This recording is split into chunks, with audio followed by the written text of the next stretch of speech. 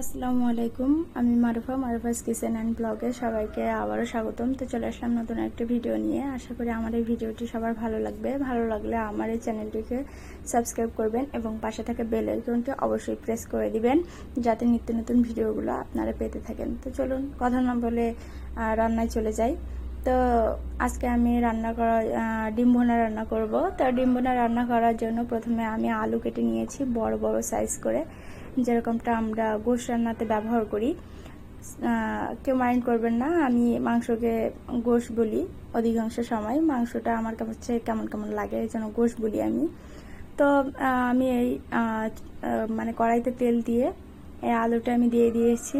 তো বলতে ভুলে গিয়েছিলাম, এই আলুটা আমি কেটে কিন্তু অনেকক্ষণ প্রায় 5 মিনিট মতো আমি পানিতে ভিজিয়ে রেখেছিলাম। আলু পানিতে ভিজিয়ে রাখলে আলু সফট হয় ভিতর থেকে, অনেক সুন্দর। আপনারা যারা জানেন তারা তো জানেনই, আর যারা জানেন না তারা একদিন করে দেখবেন আলুটা ভিতর থেকে খুবই সফট হয়। তো আমি আলুটা ভেজে নিয়েছি এবং আগে থেকেই ডিম সিদ্ধ করে রাখছিলাম। ওই ডিমটা আমি ওই একই তেলে ভেজে নিব লাল লাল করে। তো আমি এই ডিমটা মাছ থেকে কেটে নিয়েছিলাম, প্রত্যেকটা ডিমের মাছ থেকে কেটে কেটে আমি এটা ভেজে নিচ্ছি। এই রান্নাটা করতে হলে অবশ্যই আস্ত ডিম রাখা যাবে না, ডিমটা কেটেই দিতে হবে। কারণ ডিমটা কেটে দিলে এর ফ্লেভার এবং স্বাদ দুটোই পাওয়া যায় খুব ভালো। তো ডিমটা আমি এভাবেই কেটে ভেজে নিব লাল লাল করে, যেমনটা আমি আলুটা লাল লাল করে কেটে ভেজে নিয়েছি। আলুটা কিন্তু আমি অনেকক্ষণ ধরে ভেজে নিয়েছিলাম, ওটা প্রায় 20 মিনিট ধরে আমি ভাজছি ঢাকা দিয়ে দিয়ে, যাতে ওই তেলের ভিতরেই যেন আলুটা 80% সিদ্ধ হয়ে যায়। তো দেখুন, কথা বলতে বলতে আমার ডিমগুলো কিন্তু ভাজা হয়ে গেছে। এ পর্যায়ে আমি ওই একই তেলে, আমি দ্বিতীয়বার কোনো তেল ইউজ করি নাই, ওই একই তেলে একটি শুকনো ঝাল আমি দিয়ে দিয়েছি, একটু ভাজা ভাজা করে নিচ্ছি এবং সাথে একটু অল্প জিরা দিয়ে দিলাম, যেটা জিরা এবং শুকনো ঝালের ফ্লেভারটা রান্নায় খুবই ভালো একটা গন্ধ এবং স্বাদ দুটোই আনে। তো এ পর্যায়ে আমি একটা পেঁয়াজ গোল গোল করে কেটে দিয়েছি, তেলে দিয়ে দিয়েছি। আমার রান্নায় একটু স্পিড দিয়ে দিলাম, তার কারণ অনেকটাই বড় হয়ে যাবে ভিডিওটি, এজন্য। তো এ পর্যায়ে আমি আগে থেকে শুকনো ঝাল এবং একটি পেঁয়াজ বড় সাইজের এবং রসুন আর আদা বেটে নিয়েছিলাম, তো সেটাই দিয়ে দিয়েছি। আর সাথে হলুদ লবণ এগুলো তো দিতেই হবে। তো দিয়ে দেওয়ার পরে আমি যে আলুগুলো ভেজে রেখেছিলাম সেই আলুগুলোই দিয়ে দিলাম, যেহেতু আলুগুলো আমার 80% সিদ্ধ করা আছে এবং 20% সিদ্ধ করে নিতে হবে। তো এই পর্যায়ে আমি একটু গরম মশলার গুঁড়ো দিয়ে দিলাম, খুবই অল্প। তো আমি আসলে পাটা নাই বলে এই জন্য আমি গরম মশলাটা বাটা ইউজ করতে পারি না, এই জন্য আমি গুঁড়া করে আগে থেকেই রেখে দেই। তো আমি গুঁড়া ব্যবহার করলাম।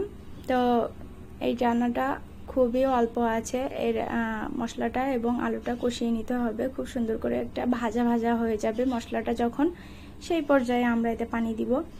তো দেখুন, আমি একটু পরপরই নেড়ে চেড়ে দিচ্ছি।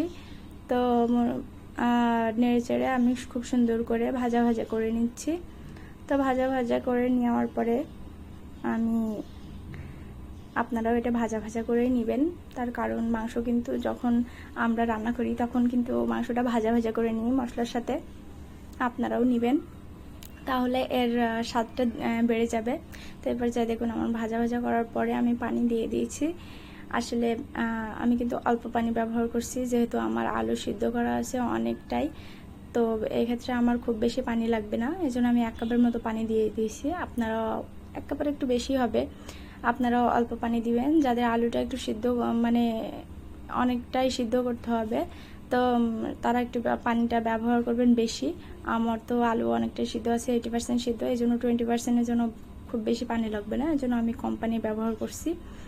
তো পানি ব্যবহার করার পরে আর কি, দেখুন কথা বলতে বলতে তো আমার রান্নার বলক চলে এসেছে। তো এই একটু পরপর আমি যেহেতু অল্প পানি ব্যবহার করছি এবং অনেকগুলো মশলা ব্যবহার করা পড়ে গেছে, এই জন্য আমি একটু পরপর এটা হাতালি দিয়ে মানে খুন্তি দিয়ে নেড়ে দিব, যাতে তলায় লেগে না যায়। তো এর তলায় যদি লেগে যায় তাহলে রান্নাটা খেতে ভালো লাগবে না। তো এই রান্নাটা, একটা কথা বলি, এই রান্নাটা যখন আমি করি তখন আমার বাসার সবাই খুব খুব পছন্দ করে। এই রান্নাটা হলে আর কিছুই লাগে না, সাথে মাছ মাংস মানে কিছুই লাগে না। তো আমার বাসায় আমি প্রায় করি, প্রায় বলতে মাসের শেষের দিকে যখন বাজারে একটু হাত টানাটানি পড়ে যায় তখন আমি এই রান্নাটা করি, বা অনেক সময় শখের বসেও করি, যে খেতে মন চাইছে বা ফ্যামিলির কেউ খেতে চাইছে তখন এই রান্নাটা আমি করি। তো সবাই খুব খুব পছন্দ করে। আমি যখন প্রথম এটা করেছিলাম আমার হাজব্যান্ড তো বললো যে মাংসের থেকেও নাকি ওর কাছে অনেক বেশি ভালো লেগেছে। তো আমি ভাবলাম যে আমি একটু খেয়ে টেস্ট করে দেখি, তো খেয়ে দেখলাম মাশাল্লাহ অনেক সুন্দর হয়েছে, ভাবলাম আপনাদের কাছে একটু শেয়ার করি।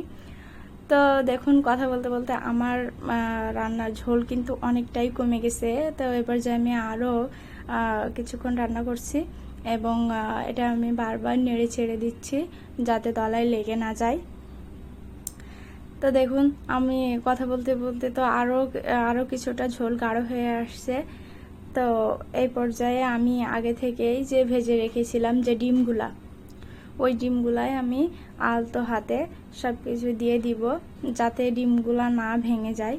তো দেখুন আমি এই ডিমগুলা একটা একটা করে আস্তে আস্তে কিন্তু বসিয়ে দিচ্ছি ওর জায়গায়। এই পর্যায়ে চুলার যে আঁচটা সেটা একটু কমিয়ে দিতে হবে। এতক্ষণে কিন্তু আমি হাই ফ্লেমে রান্না করছি, আঁচটা কিন্তু ফুল দিয়ে দিয়েছিলাম। এ পর্যায়ে আমি একটু কমাই দিছি যেহেতু ঝোলটা গাঢ় হয়ে আসছে। এ পর্যায়ে যদি আমি অনেক বেশি আঁচ দিই তাহলে পুড়ে যাবে এবং খেতে ভালো লাগবে না। তো এই রান্নায় আমি একটা মশলাও ব্যবহার করেছিলাম, ভাজা জিরের গুঁড়া, কিন্তু কোথায় যে গেল আমি বুঝতে পারছি না। তো যাই হোক, ওই ভাজা জিরের গুঁড়াটা যদি কেউ পেতে চান তাহলে আমি অবশ্যই সেটা ভিডিও বানাবো, কারণ ওইটা বিশেষ করে খিচুড়িতে এত মজা লাগে, এত মজা লাগে। আর মাছ মাংস যেগুলো ভুনা টাইপ সেগুলোতে খুব বেশি স্বাদ এবং ফ্লেভার আনে। তো এই পর্যায়ে 2টা কাঁচামরিচ দিয়ে দিয়েছি এবং শেষ পর্যায়ে যেটা অবশ্যই করতে হবে সেটা হচ্ছে ঘি। 1 চামচের মতো আমি এতে ঘি ইউজ করছি।